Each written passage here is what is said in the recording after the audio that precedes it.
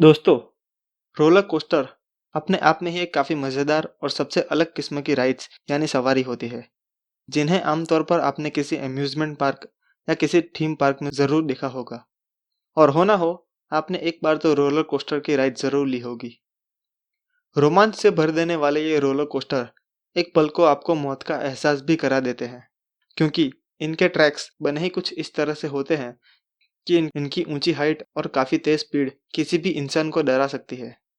अगर आपको फिजिक्स के नियमों जैसे कि ग्रेविटी, एनर्जी, मोशन, फोर्स आदि को रियल लाइफ में एक्सपीरियंस करना है, तो इन रोलर कोस्टर से अच्छी जगह आपको कहीं नहीं मिलेगी। सबसे पहला रोलर कोस्टर साल 1884 में लॉर्ड थॉमसन ने सबसे पहले किसी रोलर कोस्टर के डिज़ाइन को पेटेंट कराया था, और तब से लेकर अब तक इनके डिज़ाइंस और पैटर्न में न जाने कितने ही बदलाव हो चुके हैं, जिनकी वजह से ये रोलर कोस्टर कई टाइप्स में डिवाइड हो चुके हैं, जैसे कि इन्वर्टेड, सस्पेंडेड वगैरह, जो अपनी खास डिज़ाइन की वजह से लोगों का ध्यान अपनी ओर खींच लेते हैं। अब जैसा कि आपको पता ही है कि ये रोलर कोस्टर किसी आम इंसान को रोमांच के साथ साथ काफ़ी डरावना अनुभव भी देते हैं, जो किसी मौत से कम नहीं लगता, और अंत में आपकी जान भले ही न जाए, शरीर में गड़बड़ी तो हो ही जाती है। खैर, अब आप शायद ये सुनकर काफ़ी हैरान हो जाएंगे कि वाकई में इन रोलर कोस्टर की दुनिया में एक ऐसा रोलर कोस्टर डिज़ाइन किया गया है जो सिर्फ और सिर्फ आपकी जान लेने के लिए ही आपको अपनी सवारी कराता है। ये है वो रोलर कोस्टर जो आपकी जान ले लेगा। यह है जूली जोनस अर्बनस, जिन्होंने साल 2010 में यूथेनेसिया कोस्टर नाम के एक रोलर कोस्टर का डिज़ाइन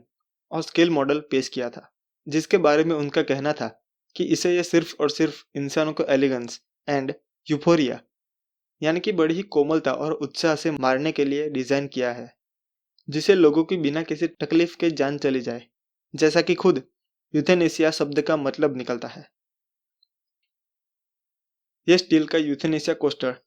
एक बार में ट्रेन पर कुल 24 लोगों को ले जा सकता है, जो स्टार्ट होने के बाद 510 मीटर लंबी बेहद ही सीधी ढलान वाले ट्रैक पर ऊपर जाता है, जिसकी लंबाई की कल्पना आप खुद इससे लगा सकते हैं कि दुनिया का सबसे ऊंचा रोलर कोस्टर ही महज 139 मीटर ही लंबा है। यानी आपका स्टैच्यू ऑफ यूनिटी इसके सामने कुछ भी नहीं लगेगा। रोलर कोस्टर को सबसे ऊपर पहुंचने में 2 मिनट लगते हैं, जिसके बाद पैसेंजर को एक ऑप्शन दिया जाता है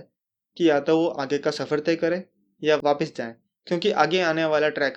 किसी को भी सीधा मौत के मुंह में ढकेल सकता है। सबसे ऊपर पहुंचने के बाद इस रोलर कोस्टर का असली खेल शुरू होता है। 360 किलोमीटर पर आवर की स्पीड से 500 मीटर एकदम नीचे आता है, जिस दौरान इसकी वेलोसिटी भी टर्मिनल वेलोसिटी के बराबर ही हो जाती है। अब आता है सबसे खतरनाक मंजर। 500 मीटर नीचे उतरने के बाद इसका ट्रैक थोड़ा सा सीधा होता है, जो आगे चलकर यानी ऊपर नीचे करने वाले ट्रैक्स में से सबसे पहले वाले इन्वर्जन में एंटर करता है। इन इन्वर्जन्स को इस तरह से डिज़ाइन किया गया कि आगे आने वाले हर एक इन्वर्जन का डायमीटर यानी व्यास छोटा होता रहता है, जिन्हें पार करने में केवल 60 सेकंड ही लगते हैं, और इसी दौरान आपको सबसे घातक और जानलेवा अनुभव होगा, क्योंकि इन इन्वर्जन्स को पार करते समय आपके शरीर पर हमेशा 10G का फोर्स लगता रहेगा। इस फोर्स को आसानी से समझने के लिए आप कुछ एग्जांपल्स ले सकते हैं, जैसे कि अगर आप पृथ्वी पर खड़े हैं तो आपको केवल 1G फोर्स ही लगती है। स्पेस शटल की लॉन्चिंग के दौरान आप पर 3G फोर्स लगेगी। सबसे खतरनाक रोलर कोस्टर के राइड के दौरान आप पर 4 से 6G की फोर्स लगती है, और जैसे जैसे ये फोर्स बढ़ती है आपकी जान जाने का खतरा भी बढ़ जाता है। इतने कम समय के लिए इतनी बड़ी फोर्स अगर आप पर लगती है तो परिणाम काफ़ी जानलेवा होते हैं। ये यूथेनेसिया कोस्टर इस दौरान अपने पैसेंजर को सेरेब्रल हिपोक्सिया से मार सकता है, जहां आपके ब्रेन में ऑक्सीजन की काफ़ी कमी होने लगेगी। इसके साथ ही इतनी ज़्यादा जी फोर्स आपके विजन यानी दृष्टि को भी एकदम नष्ट करने में सक्षम होती है, जिसके बाद आप बेहोश होने लगेंगे और अंत में आपकी जान भी चली जाएगी। खैर, हो सकता है कि कुछ लोग इस दर्दनाक और जानलेवा अनुभव से बचकर निकल जाए, पर इसकी डिज़ाइन को देखकर आप शायद ही इसकी सवारी करने की सोचेंगे। हालांकि ये यूथेनेसिया कोस्टर केवल एक आर्ट कॉन्सेप्ट ही था, जिसे कई एग्जीबिशंस में शामिल भी किया गया, पर इसे असल ज़िंदगी में कभी नहीं बनाया गया।